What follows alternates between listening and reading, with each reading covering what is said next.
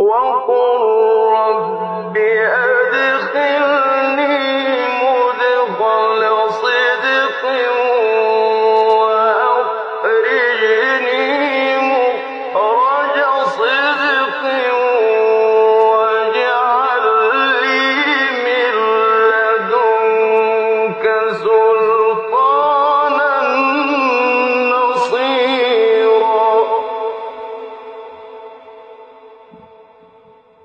بسم الله الرحمن الرحيم والصلاة والسلام على أشرف المرسلين سيدنا محمد الأمين وعلى آله وصحبه أجمعين. اللهم علمنا ما ينفعنا وانفعنا بما علمتنا وزدنا علما يا أرحم الراحمين. تقبل اللهم صلاتنا وصيامنا وقيامنا ودعاءنا واختم بالصالحات أعمالنا. Chers frères et sœurs, assalamu alaikum wa rahmatullahi wa barakatuh. Bienvenue à cette 8e séance relative à l'étude de la jurisprudence de Siyam, du Ramadan, selon l'école malikite en se basant sur l'épître de Ibn Abi Zayd al-Qayrawani. Alors la dernière fois, nous avions terminé notre cours sur l'étude de certaines situations particulières, comme celle de la femme enceinte, la femme allaitante, la personne très âgée qui ne peut pas observer le jeûne, ainsi que la personne qui était très négligente, de sorte qu'elle n'a pas pu rattraper les jours manqués dans le Ramadan précédent jusqu'à ce que le Ramadan suivant est arrivé. Et donc aujourd'hui, nous allons donc aborder un autre énoncé, c'est le 9e énoncé de Risala, dans lequel donc Ibn Ata'illah Sakandari dit ولا صيام على الصبيان حتى يحتلم الغلام وتحيض الجارية وبالبلوغ لزمتهم أعمال الأبدان فريضة قال الله سبحانه وإذا بلغ الأطفال منكم الحلم فليستأذنوا ومن أصبح جنبا ولم يتطهر أو امرأة حائض طهرت قبل الفجر فلم يغتسل إلا بعد الفجر أجزأهما صوم ذلك اليوم. Donc là, Ibn Abi Zayd rahimahullah dit les impubères ne sont pas tenus du jeûne tant que le garçon n'a pas de pollution nocturne. Alors, lorsqu'on dit pollution nocturne, ça veut dire qu'il a fait un rêve charnel suite auquel il a eu une sortie du sperme. Donc, c'est ce qu'on appelle l'ihtilam. Et que la fille n'a pas ses règles. C'est la puberté qui entraîne pour eux l'obligation d'accomplir les actes religieux corporels. On va voir pourquoi il précise ici les actes religieux corporels. Allah Azza wa Jalla dit, quand les enfants parmi vous atteignent la puberté, qu'ils demandent la permission d'entrer. D'entrer chez les femmes, on a déjà abordé ce verset une fois précédente. Et ensuite, il dit, quand l'homme se trouve au matin en état d'impureté légale et quand il ne s'est pas purifié, ou quand la femme ayant eu ses menstrues est redevenue en état de pureté légale avant l'aurore, et que l'homme comme la femme n'ont précédé au lavage qu'après l'aube, l'un et l'autre jeûneront valablement ce jour-là. On va expliquer cet énoncé. Alors, la dernière fois, ou l'avant-dernière fois, nous avions déjà traité la question de la puberté. On a dit que la puberté, c'est une condition d'obligation. Shartu wujub. Donc, tant qu'on n'a pas atteint l'âge de la puberté, le jeûne du mois du Ramadan n'est pas une obligation pour nous. En revanche, dès qu'on atteint l'âge de la puberté, donc il devient obligatoire de jeûner le mois du Ramadan. Donc, c'est une condition d'obligation. Mais malgré cela, il est conseillé pour un enfant qui n'a pas atteint la puberté de jeûner. Donc, il convient à ce que les parents encouragent leurs enfants à observer le jeûne dès leur jeune âge. Les encourager de différentes manières en leur faisant aimer le jeûne. Il ne faut pas que ça soit sous le coup de la menace, mais plutôt leur faire aimer ça, leur montrer que c'est une manière de se rapprocher d'Allah Azza wa Jal, de manifester l'amour d'Allah Tabaraka wa Ta'ala, une manière aussi de montrer sa solidarité vis-à-vis des pauvres qui n'arrivent pas à manger, une manière de manifester son courage religieux au niveau de la pratique. Et certains savants disent que c'est à partir de 10 ans qu'il faut commencer à encourager les enfants à jeûner. Il y a parfois, selon certaines traditions, où l'enfant le fait jeûner jusqu'au milieu de l'après-midi, jusqu'à l'Asr par exemple. Et lorsqu'il arrive à terminer son premier jour, on lui fait une vraie fête pour justement le récompenser sur le courage qu'il a manifesté. Donc, tout ceci, ce sont des méthodes louables qui permettent aux musulmans de faire aimer à leurs enfants le jeûne du mois du Ramadan. Al-Bukhari rapporte sur Al-Rubayyi' bint Muawwidh, donc c'est une sahabiya, qu'elle a dit nous jeûnions et faisions jeûner nos enfants. كنا نصوم ونصوم صبياننا الصغار منهم ونذهب إلى المسجد فنجعل لهم اللعبة من العهن فإذا بكى أحدهم من الطعام أعطيناه إياه حتى يكون عند الإفطار. Donc il disait, nous jeûnions et nous faisions jeûner nos enfants. On partait à la mosquée et lorsque l'un d'eux pleurait pour manger, c'est-à-dire lorsqu'il ressentait la faim, il commençait à pleurer, on lui donnait un jouet en laine pour le distraire le temps que l'heure de rupture arrive, le temps que le coucher du soleil arrive. Donc vous imaginez, c'est-à-dire pour arriver à distraire un enfant avec un jouet en laine, ceci prouve que cet enfant est très très jeune. Même un enfant de 10 ans, c'est pas facile de le faire distraire avec un jouet de laine. Donc forcément, c'est-à-dire ce hadith laisse entendre que les sahaba faisaient jeûner leurs enfants à un âge très précoce. Et d'ailleurs, ça, il faut pas prendre ça comme une marque de brutalité vis-à-vis des enfants, comme on peut le percevoir, comme quelqu'un de non musulman peut le percevoir, puisque déjà scientifiquement parlant, nous savons très bien que on a de bonnes réserves glucidiques au niveau de notre corps qui permettent de satisfaire un jeûne de plusieurs heures.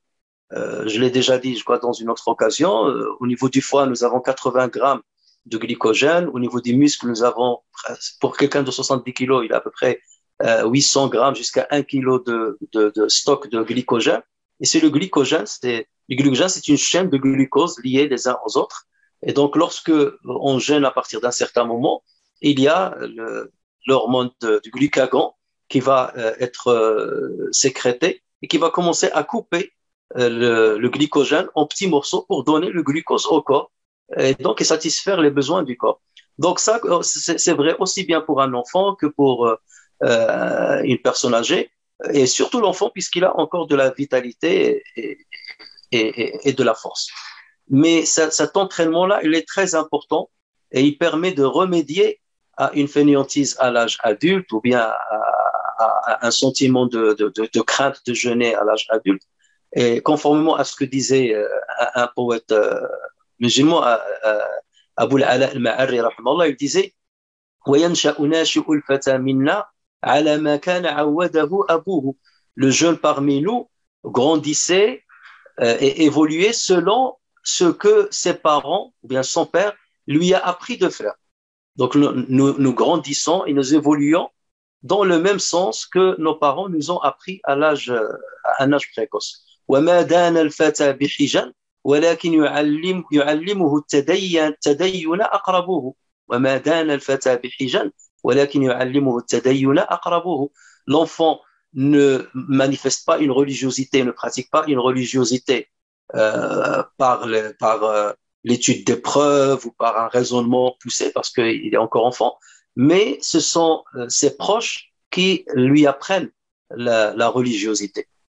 Donc là, c'est une affaire importante. Pourquoi j'insiste? Parce que pas plus loin qu'hier, un frère m'appelle pour me dire il y a une maman, son enfant, il a 15 ans, et lorsqu'il va au collège et qu'il voit que tout le monde mange, donc sa mère elle lui dit ben vas-y, toi aussi tu peux manger. Non, il faut faire très attention. Nous, en tant que parents, nous avons une responsabilité d'apprendre à nos enfants qu'à partir de la puberté, ils ont le devoir de jeûner, et on leur explique quels sont les signes de la puberté. On en a déjà parlé. Lorsqu'il y a des poils rugueux qui apparaissent au niveau des aisselles ou bien au niveau du pubis, lorsque le garçon mue sa voix elle mue, lorsque justement ils ont du sperme qui sort, où ils font un rêve charnel, et à défaut, si tous ces signes n'apparaissent pas ou l'un d'eux n'apparaît pas, dans ce cas, il y a une limitage à partir de laquelle on doit jeûner. Chez les Malikites, c'est 15 ans, qu'il s'agisse du garçon ou des filles, et on a déjà traité ce point-là. Donc il ne faut pas attendre que l'enfant de lui-même découvre à partir de quel moment il doit jeûner. Il faut lui apprendre ces choses-là. Dès qu'on ressent qu'il a commencé à prendre de l'âge à partir de 11, 12 ans déjà, on commence à lui apprendre, voici les signes qui doivent te permettre ou bien t'obliger à jeûner. Obligation religieuse, bien entendu, c'est pas, on va pas lui mettre l'épée sur la tête. Alors, lorsque Ibn Abi Zayd donc précise, c'est la puberté qui entraîne pour eux l'obligation d'accomplir les actes religieux corporels. Pourquoi il insiste sur les actes religieux corporels? Parce qu'il y a d'autres actes religieux qui ne sont pas corporels, comme par exemple les actes financiers. Lorsque, par exemple, on donne zakat, ça, c'est un acte religieux financier et qui a un rapport avec les finances, pas avec la personne elle-même. Autrement dit, même un enfant qui n'a pas atteint l'âge de puberté, qui a de l'argent, et cet argent-là satisfait les conditions nécessaires pour donner zakat al-mal. Donc l'enfant aussi doit sortir zakat al-mal. Supposons un enfant qui a hérité d'un père décédé ou d'une mère décédée ou de quelqu'un de la famille, où ses parents lui donnaient de l'argent, au point qu'il a rassemblé une épargne qui dépasse la valeur de 85 grammes, et cette épargne est restée chez lui pendant une année, ou plus que de l'épargne. L'épargne, c'est le minimum. Enfin, le nessab, c'est le minimum. C'est l'équivalent de 80, la valeur de 85 grammes d'or. Elle est restée chez lui pendant une année lunaire. Donc, dans ce cas, il est assujetti à zakat. Il doit sortir zakat de mal. C'est pour ça qu'on parle de zakat le mal. Il a un rapport avec l'argent, pas avec la personne, même si la personne est jeune. Contrairement à zakat al-fitr. Zakat al-fitr, on la sort sur la personne, même si c'est un nouveau-né. Dès qu'un enfant naît, avant le coucher du soleil du dernier jour du Ramadan, donc on doit sortir zakat al-fitr pour lui, même s'il n'est pas encore responsable. Alors, par ailleurs, si quelqu'un se retrouve maintenant le matin en état d'impureté, quelqu'un qui a fait un rêve charnel, il s'est retrouvé en état d'impureté le matin, ou quelqu'un qui a eu un rapport conjugal et il n'a pas eu le temps, ou il a omis, ou par négligence, il n'a pas fait ses grandes ablutions, donc il s'est retrouvé le matin en état d'impureté rituelle. Donc dans ce cas, est-ce qu'il doit jeûner ou pas pendant le Ramadan? Oui, il doit jeûner, parce qu'il n'y a pas de lien entre la pureté rituelle et le jeûne du Ramadan. Rappelez-vous, lorsqu'on a parlé des conditions d'obligation, et ensuite on a parlé des conditions de validité, et on a parlé des deux. Jamais on a cité la question de pureté rituelle. Supposons, théoriquement, que quelqu'un, par exemple, qui ne prie pas, c'est un musulman, il ne prie pas, il fait que jeûner, et il n'a pas de pureté rituelle pendant tout le mois du Ramadan. Il est avec le janaba tout le mois de Ramadan, il a jeûné. Est-ce que son jeûne est valide? Oui, son jeûne est valide. Est-ce que Dieu va l'agréer? Allahu a'lam. Mais là, c'est-à-dire, il a failli à ses prières, mais en tout cas, on ne peut pas juger de l'invalidité de son jeûne, puisque la pureté rituelle n'est pas une condition de validité du jeûne. Donc, pour une personne qui est dans cette situation-là, une personne qui se réveille le matin, il était en état d'impureté, il n'a pas eu le temps de faire ses grandes ambitions, donc il doit jeûner, il doit continuer le jeûne, et il doit s'empresser de faire ses grandes ablutions pour, bien entendu, accomplir les prières, puisque là, la pureté rituelle est une obligation, enfin, c'est une condition de validité de prière. On ne peut pas accomplir la prière sans pureté rituelle. La preuve de cela, c'est un hadith rapporté par Al-Bukhari et Muslim sur Aïcha radiyallahu anha, et ainsi que sur Salama radiyallahu anha, donc les deux épouses du prophète sallallahu alayhi wa sallam. Ils ont dit que le prophète sallallahu alayhi wa sallam yudrikuhu al-fajr wa huwa junubun min ahlihi thumma yaghtasil wa yasum. Il arrivait que le messager sallallahu alayhi wa sallam se trouvait à l'aube en état d'impureté majeure, après avoir eu un rapport conjugal avec l'une de ses épouses, puis ensuite il prenait un bain rituel et entamait son jeûne. Donc supposons que le prophète sallallahu alayhi wa sallam a eu un rapport conjugal avec son épouse, donc il était en état d'impureté, et il s'est endormi, il s'est réveillé donc à l'aube, après l'adhan. Donc dans ce cas, il continuait son jeûne, il faisait ses grandes ablutions pour prier le fajr, mais il continuait son jeûne, donc ça ne posait pas de problème. Un autre hadith rapporté par Muslim sur Aïcha radiyallahu anha, il a dit un homme est venu consulter le prophète sallallahu alayhi wa sallam, et à travers la porte, je l'ai entendu dire Ya Rasulallah, il m'arrive de me réveiller au moment de la prière en état de janaba. Donc là, il faisait référence à la prière de Subh. Donc il m'arrivait de me réveiller au moment de la prière en état de janaba. Dois-je jeûner? C'est-à-dire, dois-je jeûner le ramadan, ma journée? Parce qu'il pensait que ça l'empêchait de jeûner. Le messager sallallahu alayhi wa sallam, donc c'est Aïcha qui parle, le messager sallallahu alayhi wa sallam lui dit, il m'arrive moi-même de me réveiller au moment de la prière en état de janaba et je jeûne. Et l'homme de lui dire, mais tu n'es pas comme nous, ô messager d'Allah.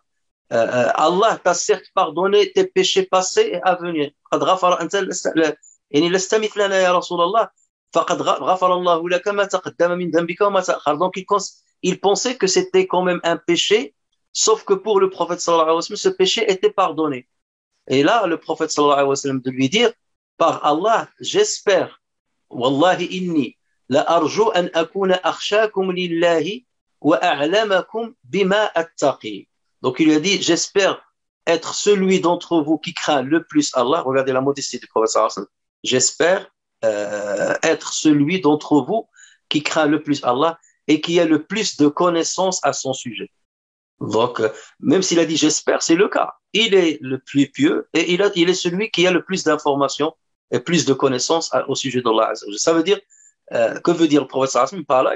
Il veut lui dire que je te confirme, je suis affirmatif, tu dois continuer le jeûne, même si tu t'es réveillé en état d'impureté, ce n'est pas un péché. Il suffit que tu fasses tes grandes ablutions et tu continues ton jeûne. Ensuite, donc, Ibn Abi Zayd est passé à un autre, donc on passe à un autre énoncé. Donc il dit ولا يجوز صيام يوم الفطر ولا يوم النحر ولا يصوم اليومين اللذين بعد يوم النحر إلا المتمتع الذي لا يجد هديا واليوم الرابع لا يصومه متطوع ويصومه من نذره أو من كان في صيام متتابع قبل ذلك. Donc là, il passe à un autre sujet. Donc il dit qu'il n'est pas permis de jeûner le jour de Eid al-Fitr, le jour de la rupture du jeûne du Ramadan, ni le jour de Eid al-Adha, ni le jour du sacrifice. On ne jeûnera pas non plus les 2 jours qui suivent celui du sacrifice. Ça veut dire le 11 et le 12 de Dhul-Hijjah. Là, il parle de Eid al-Adha. Donc, on n'a pas non plus le droit de jeûner donc ni la fête de Eid al-Fitr, ni de jeûner la fête de Eid al-Adha, ni les 2 jours qui suivent, le 11 et le 12. D'accord? Exception, alors il dit exception faite pour le mutamatti'. Alors on va expliquer le mutamatti'. Exception faite pour le mutamatti' qui ne trouve point d'animal à sacrifier, ce qu'on appelle le hadi, qui ne trouve pas de hadi à présenter. Ensuite il dit le 4e jour de la fête du sacrifice. Alors le 4e jour de la fête du sacrifice, c'est l'équivalent du 13e jour de Dhul Hijjah. Donc on considère le jour de la fête, c'est le 1er jour. Le 11, c'est le 2e jour, le 12, c'est le 3e jour, et le 13, c'est le 4e jour. D'accord? Donc, c'est le 3e jour de Tashriq, mais c'est le 4e jour de l'Eid. Donc, il dit le 4e jour de la fête de sacrifice ne doit pas être jeûné par le jeûneur bénévole. Donc, le dernier jour de Tashriq, de Ayyam Tashriq, le jour de Tashriq, qui va au 4e jour de l'Eid, ne doit pas être jeûné par quelqu'un de bénévole. Il est un jeûne surérogatoire. Mais il sera jeûné, donc lorsqu'il dit il sera, ça veut dire que c'est obligatoire. Il sera jeûné par celui qui en a fait vœu ou par celui qui se trouve dans une période de jeûne continu, un jeûne compensatoire, commencé avant ce jour. Alors, on va expliquer cet énoncé.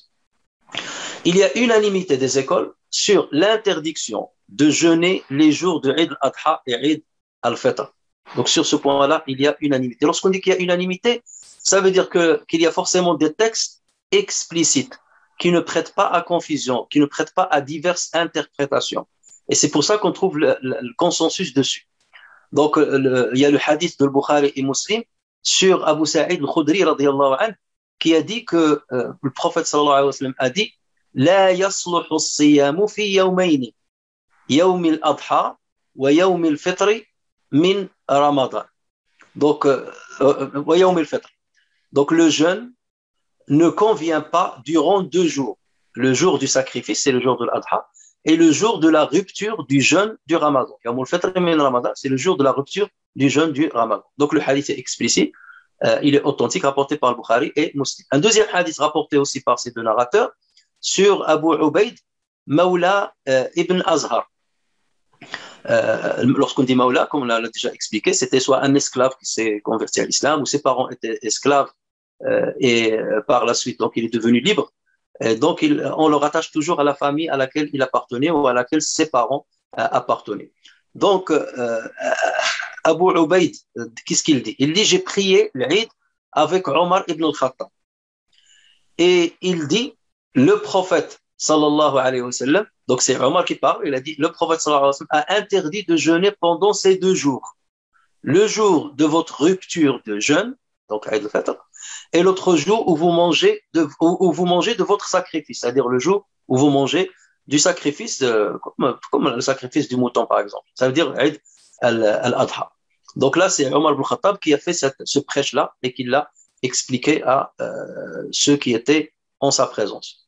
Il y a également unanimité sur l'interdiction de jeûner les 2 jours qui suivent le jour du sacrifice, le 11e et le 11 et le 12 de Dhul Hijjah. D'accord? Ça veut dire les 2 premiers jours de Tashriq. On va venir au 3e jour de Tashriq, il y a une petite nuance chez les Malikites. Donc les 2 premiers jours de Tashriq, le 11 et 12 de Hijjah, il y a aussi unanimité qu'il est interdit à qui que ce soit de les jeûner. D'accord? Pourquoi? Parce que le prophète sallallahu alayhi wa sallam, dans un hadith rapporté par Muslim sur Ka'b ibn Malik, a dit Ayyamu Mina, ayyamu aklin wa shurb. Les jours de Mina sont des journées des jours de nourriture et de boisson. C'est une fête, Allah Azza wa Jal, donc vous a donné de ses largesses et il vous a instauré de fêter ces jours-là. Donc vous avez à manger et à boire. Vous ne devez pas jeûner ces jours-là. Il y a un autre hadith rapporté par Ahmed sur Sa'd ibn Waqqas radiyallahu anhu qui a dit Amarani Rasulullah sallallahu alayhi wa sallam an unadiya yawma minan innaha ayyamu aklin wa shurbin fala sawma fiha.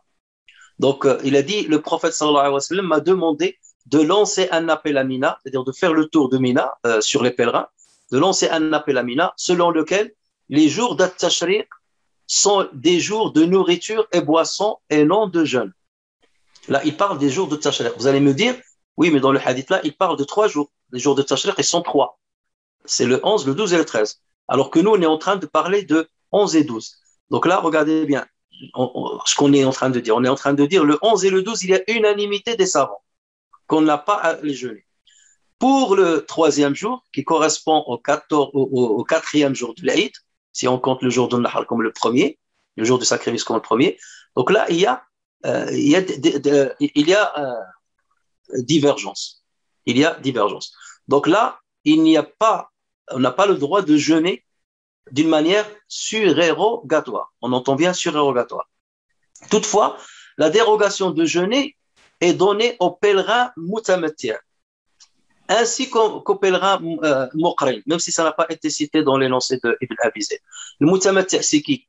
C'est quelqu'un qui a accompli le Umrah, ensuite il s'est désacralisé, et ensuite il a accompli l'intention de l'Hajj. Donc il a fait le Umrah, désacralisation, ensuite le Hajj. On l'appelle mutamatti'.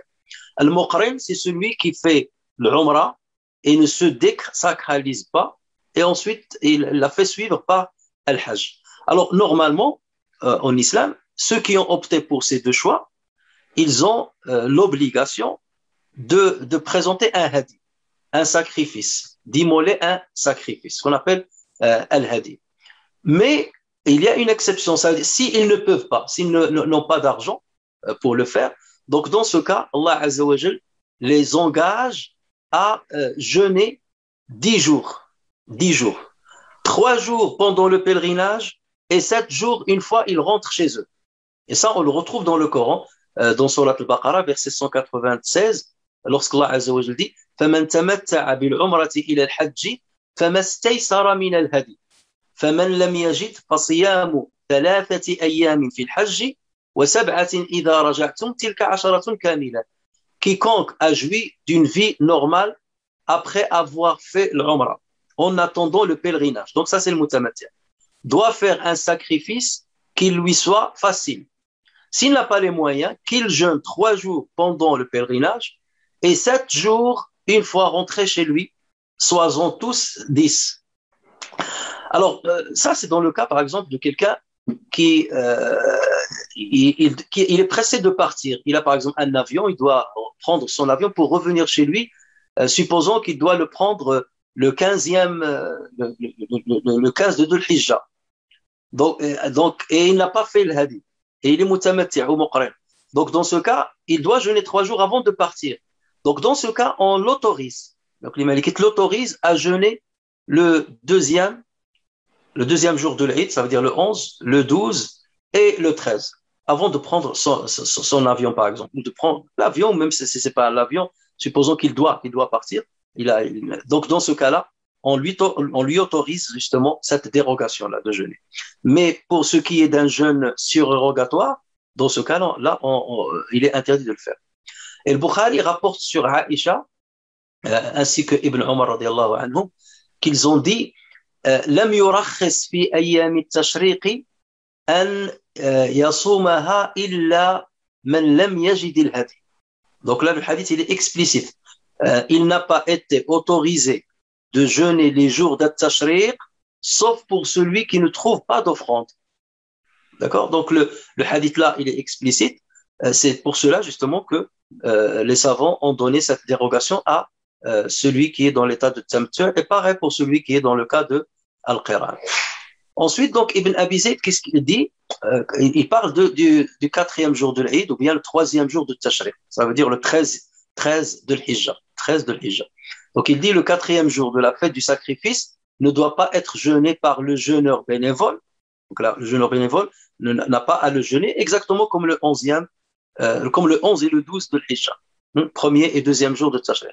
Mais il sera jeûné. Dans ce cas, c'est une obligation. Il sera jeûné par celui qui en a fait vœu ou par celui qui se trouve dans une période de jeûne continu, compensatoire, commencée avant ce jour. Alors, que veut dire cet énoncé-là?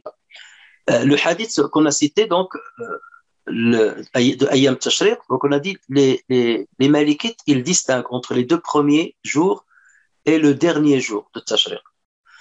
Et les malikites considèrent que le 3e jour de Tashriq, ça veut dire le jour 13 de Dhul Hijjah, c'est un jour qui doit être jeûné pour ceux qui ont l'obligation de jeûner. Pour ceux qui ont l'obligation de jeûner. Et ça, c'est une spécificité des malikites. Pour les autres madhahib, ils disent non. Même ceux qui ont, on va le citer, ceux qui ont l'obligation de jeûner ne doivent pas jeûner le jour de Tashriq. Pourquoi les malikites disent cela?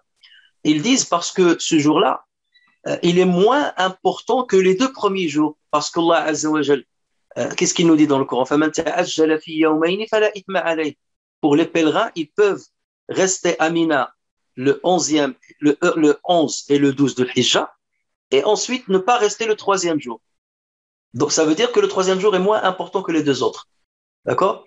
Et c'est pour ça que même les malikites, ils disent que eux, ils autorisent d'égorger le mouton pour l'Eid, le jour de Eid al-Adha, donc le 10 de l'Hijjah, le 11 et le 12. Et ils ne l'autorisent pas le 13, alors que d'autres savants l'autorisent le 13, parce qu'ils considèrent que c'est Ayyam Tashriq, on peut accomplir le sacrifice dedans. Le sacrifice, je parle de l'Eid ici. On ne parle pas de l'Eid, on parle de l'Eid. Mais pour les malikites, non, ils distinguent le 3e jour, ils disent il est moins important que les autres. Pourquoi? Parce que ce jour-là, on a le droit d'écourter après le 2e jour et de ne pas être présent le 3e jour. Et celui qui décide de ne pas être présent le 3e jour à Mina, donc il ne va pas accomplir le rajm. Donc si ce jour-là avait autant d'importance que les 2 premiers jours de Tashriq, normalement on devait accomplir le rajm. Alors que dans ce cas-là, on lui dit de ne pas forcément l'accomplir. Donc il l'accomplit seulement le jour de Nahr, c'est normal, le premier jour de Tashriq et le 2e jour de Tashriq, et ensuite il quitte Mina avant le coucher du soleil. Donc, qui sont maintenant concernés par le jeûne obligatoire le jour même, le 3e jour de Tashriq, le 4e de l'Eid?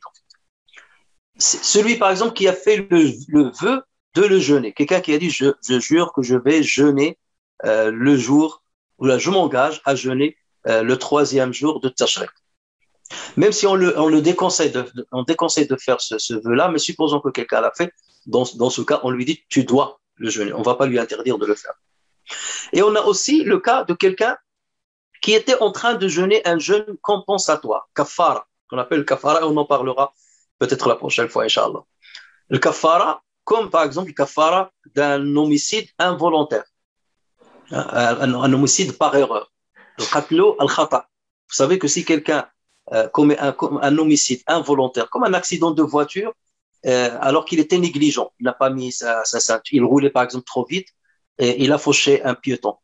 Donc dans ce cas, on considère que c'est un homicide involontaire, mais il a une part de responsabilité et donc il doit donner une rançon à la famille du défunt et il doit jeûner 2 mois successifs. 2 mois successifs, 60 jours. C'est le cas aussi de Drehar. Drehar, quelqu'un, pour ça c'était une tradition autrefois, quelqu'un qui dit à sa femme, je m'interdis d'avoir un rapport avec toi parce que ton dos devient comme le dos de ma mère. Et donc, à partir de là, je n'aurai pas de rapport avec toi. Donc là, c'est interdit en islam. Et quelqu'un qui l'a fait, on lui dit que l'engagement-là, il faut qu'il le coupe, donc il faut qu'il ait un rapport avec sa femme, parce qu'il ne doit pas se l'interdire. Et on lui oblige de faire une expiation qui consiste à affranchir un esclave, il ne s'y trouve pas, donc jeûner 2 mois successifs. Donc il y a l'homicide par erreur, il y a celui qui dhihar, donc là aussi, ou quelqu'un qui a rompu le jeûne d'un jour de Ramadan. Il n'a pas voulu jeûner un jour de Ramadan sans excuse, ou il a eu un rapport sexuel pendant la journée du Ramadan. Donc celui-là aussi, il doit jeûner 2 mois successifs. Donc supposons que les gens qui sont dans ces situations, ces exemples qu'on a cités, il était en train de faire un jeûne compensatoire de 60 jours. Et il a décidé donc de faire, de jeûner le mois on va dire par exemple le mois de Sha'ban, ou bien le mois de Shawwal, après Ramadan. Donc il a décidé de jouer Shawwal, tout le mois de Shawwal, et ensuite le mois de Dhul Qa'dah. Donc il a dit, comme ça j'aurai terminé mon jeûne. Donc supposons qu'il a commencé à jeûner les 60 jours successifs, et qu'au milieu de son jeûne, il est tombé malade. Une maladie qui ne lui permet pas de continuer à jeûner. Donc l'islam lui donne l'autorisation de rompre cette compensation. D'accord? Donc supposons qu'il est resté une dizaine de jours malade, ou plus par exemple, 10 jours malade. Il est resté 10 jours malade, et ensuite il a retrouvé sa santé. Donc là, qu'est-ce qu'il doit faire? Dès qu'il retrouve sa santé, il est obligé de continuer le jeûne. Il ne doit pas attendre. Il faut qu'il termine les jours qui lui manquaient. Parce qu'il a commencé le jeûne compensatoire. Il y a une excuse, donc là, il est pardonné, qu'il a interrompu pendant 10 jours. Donc, dès que les 10 jours se sont arrêtés et qu'il retrouve sa santé, donc il continue tout de suite le jeûne. Mais là, il va tomber sur le mois de Dhul Hijjah, dans lequel il y a le Hajj, le pèlerinage. Il va tomber avec le jour de l'Eid. Donc là, on va lui dire, tu arrêtes de jeûner le jour de l'Eid. Tu arrêtes de jeûner, parce que tu n'as pas le droit. Tu arrêtes de jeûner le premier jour de Tashriq. Tu arrêtes de jeûner le deuxième jour de Tashriq. Mais en revanche, pour les Malikites, il reprend à partir du 3e jour de Tashriq. Pour les autres écoles, il reprend après la fin des 3 jours de Tashriq. Mais les Malikites, non, ils disent qu'il reprend à partir du dernier jour de Tashriq. En l'occurrence, le jour 13 de Dhul Hijjah pour terminer son jeûne compensatoire. Donc voilà pourquoi donc Ibn Abi Zayd a parlé du jeûne de ceux qui ont l'obligation de le faire pendant le 4e jour de l'Eid, qui est le 3e jour de Tashriq. Encore une fois, j'insiste là-dessus pour que vous ne fassiez pas la malbête. Donc voilà, ça, on termine donc cet énoncé. Ensuite, donc Ibn Abi Zayd dit وَمَنْ أَفْطَرَ فِي نَهَارِ رَمَضَانَ نَاسِيًا فَعَلَيْهِ الْقَضَاءُ فَقَطْ وَكَذَلِكَ مَنْ أَفْطَرَ فِيهِ لِضَرُورَةٍ مِنْ مَرَضٍ. Donc là, il parle de celui qui a jeûné, enfin qui a rompu un jeûne par oubli. Celui qui par oubli rend le jeûne un jour de Ramadan. Et ça, on l'a déjà vu, on l'a déjà traité la dernière fois, mais on va le répéter puisque la dernière fois, on a en fait anticipé parce que on avait abordé la question de celui qui a rompu le jeûne par oubli, donc il a fallu qu'on détaille. Mais on va reprendre pour rappel. Donc, celui qui par oubli rend le jeûne un jour de Ramadan est tenu de la compensation seulement. Donc, il doit compenser le jour manqué. Ça, c'est chez les Malikites. Chez les autres écoles, ils disent il ne compense même pas. Il termine son jeûne, il n'a pas à compenser parce que le professeur Hassan a dit Allah Azza wa Jalla l'a nourri, il a abreuvé. C'est un cadeau de Dieu. Mais les Malikites disent oui, c'est un cadeau, mais ça ne veut pas dire qu'il n'est pas concerné par le rattrapage. C'est un cadeau, ça veut dire qu'il n'a pas commis de péché. Mais le professeur Hassan, pour eux, n'a pas précisé qu'il n'a pas à rattraper. Il existe un hadith où certes, le professeur Hassan a dit sans rattraper. C'est un hadith rapporté par Daraqutni. Et Daraqutni, on l'a vu dans ce hadith, c'est Daraqutni, il dit que les gens de ce hadith, de la chaîne de transmission, sont des gens fiables. Les jalouhou thiqat sont des gens fiables. Mais faites attention, c'est pas parce qu'on dit que les gens d'un hadith, les rapporteurs d'un hadith sont fiables, que forcément le hadith est authentique. Parce que le hadith, il peut être coupé. Il y a un qui manque dans la chaîne, mais tous ceux qui sont dans la chaîne sont thiqat, sont fiables. Mais il en manque un. Il peut être mursal, il peut être maqtu'. Et dans ce cas, on le met dans la catégorie des faibles. Donc c'est pour cela les Malikites ils prennent pas en compte ce hadith de Daraqutni. Donc pour ceux qui le prennent, les trois autres écoles, donc ils l'utilisent et dans ce cas ils disent quelqu'un qui a par oublié à manger ou à bu, il termine son jeûne et il n'a pas à rattraper. Les Malikites quant à eux ils disent il faut qu'il rattrape ce jour-là s'il s'agit d'un oubli pendant le Ramadan. Si c'est pendant, et c'est pour ça qu'on a traité ça la dernière fois, si c'est pendant un jeûne surérogatoire, il a oublié, il a bu ou il a mangé, dans ce cas, on lui dit, tu ne le rattrapes pas. Quelle est la différence? La différence, c'est que le Ramadan, c'est un mois sacré. Donc, s'il a rompu par oubli, c'est qu'il a rompu la sacralité du mois. Alors que si c'était un jeûne surérogatoire, donc là, il n'y a pas de sacralité du jour lui-même. Donc, s'il a rompu par oubli, on lui dit, tu n'as pas à rattraper le jour-là, donc tu continues ta journée. Parce qu'en fait, c'est la sacralité du Ramadan qui pousse les Malikites à demander à cette personne de rattraper le jeûne. Alors, le cas aussi de celui qui risque d'attraper une maladie à cause du jeûne, de quelqu'un qui est malade. Quelqu'un qui est malade, donc nous savons très bien qu'il peut ne pas jeûner et il ne fait que rattraper le jour manqué. Donc, il ne fait pas d'expiation. Il ne fait pas de fidia, de compensation. Il fait que rattraper le jour. Alors, lorsqu'on parle de maladie, quand est-ce qu'on a le droit de rompre le jeûne, de ne pas jeûner lorsqu'on est malade? Il y a trois cas de figure. Soit je suis malade et donc ma maladie m'empêche de jeûner parce que je dois prendre des médicaments obligatoirement dans la journée. Donc, dans ce cas, j'ai le droit de ne pas jeûner. Ou bien, si j'ai une maladie, je suis en train de guérir, et si jamais je jeûne, la guérison va se retarder. Hein? Ça va durer plus longtemps. Donc, dans ce cas aussi, j'ai le droit de rompre le jeûne. Ou le troisième cas de figure, c'est que je suis sain, j'ai pas de maladie apparente, mais si jamais je jeûne, là, je risque de tomber malade. C'est comme, par exemple, certains glycémiques, diabétiques qui donc ils ont une glycémie équilibrée, ils ont une glycémie équilibrée, un diabète équilibré, comme on dit dans le jargon médical, ils ont un diabète équilibré, mais le fait de jeûner, ça risque de perturber leur diabète. Et donc, ceci peut avoir des effets néfastes à long terme, si c'est répétitif, où ils peuvent tomber dans l'hypoglycémie. Dans ce cas-là aussi, bien entendu, on leur dit qu'il faut qu'ils rompent le jeûne.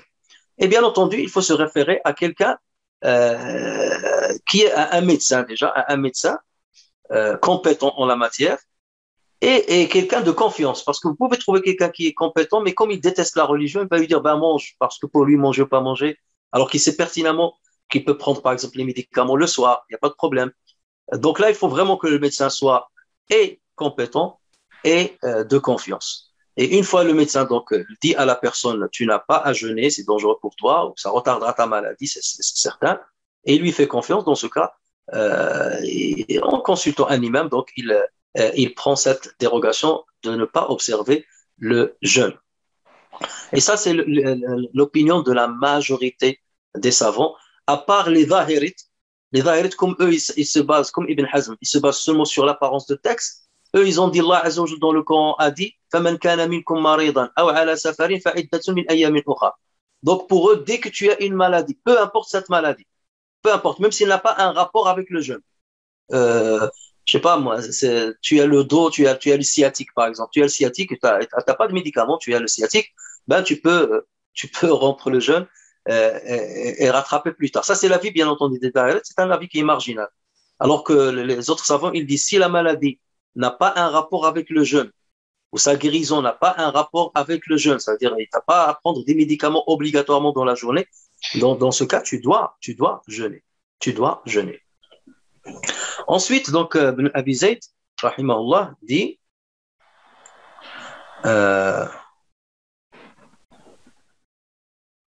ومن سافر سفرا تقصر فيه الصلاة فله أن يفطر وإن لم تنله ضرورة وعليه القضاء والصوم أحب إلينا والصوم أحب إلينا. Ensuite, il dit ومن سافر أقل من 4 برد فظن أن الفطر مباح له فأفطر فلا كفارة عليه وعليه القضاء وكل من أفطر متأولا فلا كفارة عليه. Alors que dit cet énoncé? Donc il dit que il prend le cas du voyageur. Et ça c'est un cas particulier qui a été mentionné dans le Coran et on va voir dans quelles conditions le voyageur peut ne pas observer de jeûne. Il dit donc celui qui fait un voyage dans les conditions où les prières peuvent être abrégées. Quand est-ce que les prières peuvent être abrégées? Là, il fait référence, bien entendu, aux prières salawat al-ruba'iyya, comme le Dhuhr, l'Asr et l'Isha, les prières à 4 unités. Vous savez très bien que lorsqu'on remplit certaines conditions de voyage, on a la dérogation de réduire le nombre d'unités de ces prières qui passeront de 4 à 2 unités seulement. Donc, c'est de cela qu'il parle. Il dit, celui qui fait un voyage dans les conditions où les prières peuvent être abrégées, peut rompre le jeûne, même s'il n'y est pas contraint par la nécessité. Et même s'il n'a pas une grande fatigue, même si le voyage n'est pas très fastidieux, voilà, même s'il ne craint rien. Ensuite, il dit, il est alors tenu de la compensation. Et la compensation, bien entendu, c'est quoi? C'est le fidya. C'est le fidya. Non, la compensation, c'est le rattrapage. C'est le rattrapage, pardon. La compensation, c'est le rattrapage. Mais en ce cas, nous, Malikites, donc voilà ce que dit Abi Zayd, en ce cas, nous, Malikites, nous préférons qu'il jeûne. Donc, lorsqu'il dit nous, Malikites, nous préférons qu'il jeûne, ça sous-entend qu'il y a d'autres qui préfèrent qu'il ne jeûne pas pendant le voyage. Et on va voir qui opte pour cet avis. Ensuite, il dit celui qui fait un voyage d'une distance de moins de 4 boroud, et on va expliquer ce qu'est le boroud, et qui s'imagine qu'il a licence de rompre le jeûne et le rend effectivement, n'est pas tenu de l'expiation. L'expiation, c'est le kafara. Et doit seulement la compensation. La compensation, c'est le rattrapage. Ici, la traduction, lorsqu'on dit compensation, c'est le rattrapage. Quiconque, ensuite, il termine par cela, il dit, quiconque rend le jeûne par suite d'une interprétation fausse des textes sacrés n'est pas tenu de l'expiation. Il n'est pas tenu de le kafara. Alors, on va un petit peu détailler cet énoncé. Donc, comme on le sait très bien, le musulman a le droit de ne pas jeûner lorsqu'il est en voyage. Il a le droit de ne pas jeûner lorsqu'il est en voyage. Il aura à rattraper le ou les jours, comme le stipule le Coran. فَمَنْ كَانَ مِنْكُمْ مَرِيضًا أَوْ عَلَى سَفَرٍ فَعِدَّةٌ مِنْ أَيَّامٍ أُخَرَ. Celui parmi vous qui est en voyage, qui est malade ou en état de voyage, il y a plusieurs jours. Il y a plusieurs jours. Alors, le verset là,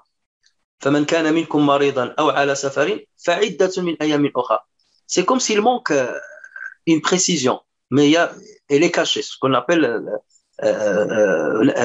Admar Allahu Azza wa Jalla shay'an.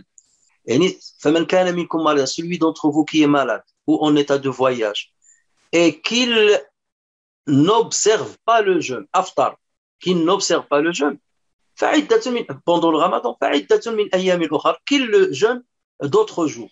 Donc là, ça sous-entend justement qu'il a choisi de rompre le jeûne. D'accord? Alors que certains que je consulte, ils ont opté pour un avis marginal. Ils disent non, il n'y a pas de idmar ici dans ce verset.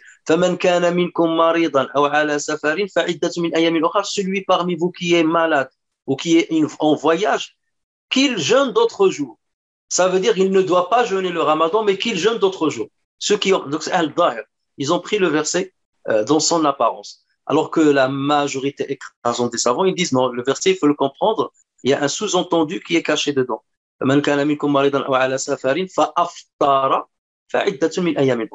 Celui parmi vous qui est malade ou en état de voyage et qui a rompu le jeûne pendant le ramadan, qu'il jeûne d'autres jours plus tard.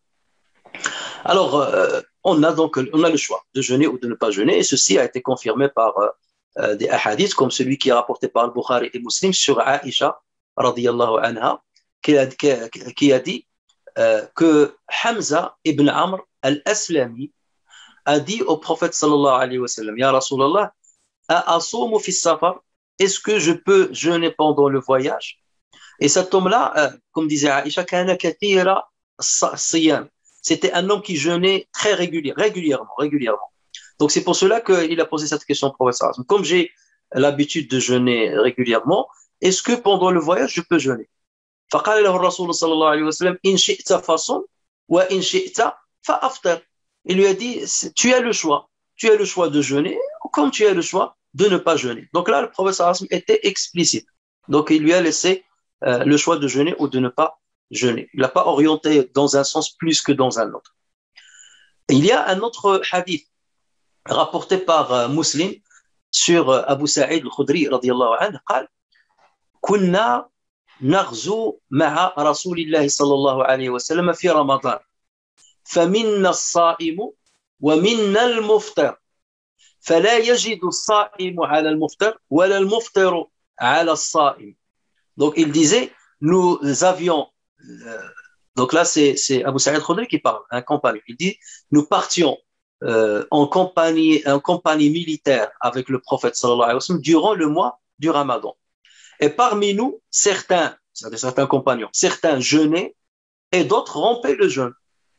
D'accord? Donc là, c'est clair. Ça, c'est pendant le Ramadan. Hein? Donc, ils voyageaient parfois pendant le Ramadan et c'est arrivé assez souvent où le prophète sallallahu alayhi wa sallam a voyagé pendant le Ramadan, où il est parti en expédition militaire, en campagne militaire pendant le mois du Ramadan. Donc, il y avait des compagnons qui jeûnaient et d'autres qui ne jeûnaient pas. Et il disait, Abu Sa'id, il dit, ceux qui jeûnaient ne faisaient pas de reproches à ceux qui rompaient. Et ceux qui rompaient ne faisaient pas de reproches à ceux qui jeûnaient. Donc vous voyez bien que le hadith-là nous montre que à ce niveau-là, il n'y a pas d'orientation dans un sens ou dans un autre pour ceux qui voyageaient pendant le mois du Ramadan. Et là, c'est le cas de compagnons en compagnie du prophète sallallahu alayhi wa sallam dans leur voyage.